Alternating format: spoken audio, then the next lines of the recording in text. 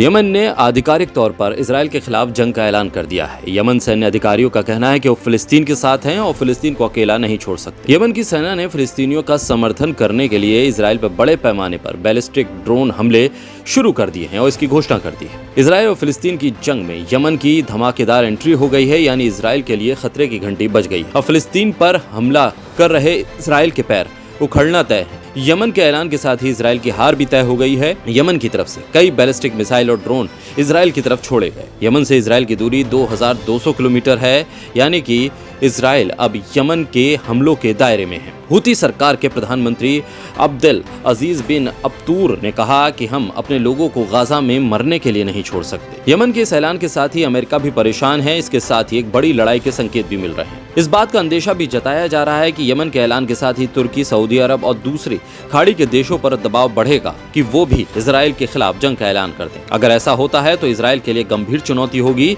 इसके सामने इजराइल का ध्वस्त होना तय है। यमन के इस ऐलान के साथ ही अब सवाल तमाम गल्फ कंट्रीज पर भी उठ रहे हैं, जो लगातार बयान तो बहुत सख्त दे रहे हैं लेकिन कदम उठाते हुए नहीं दिख रहे हैं।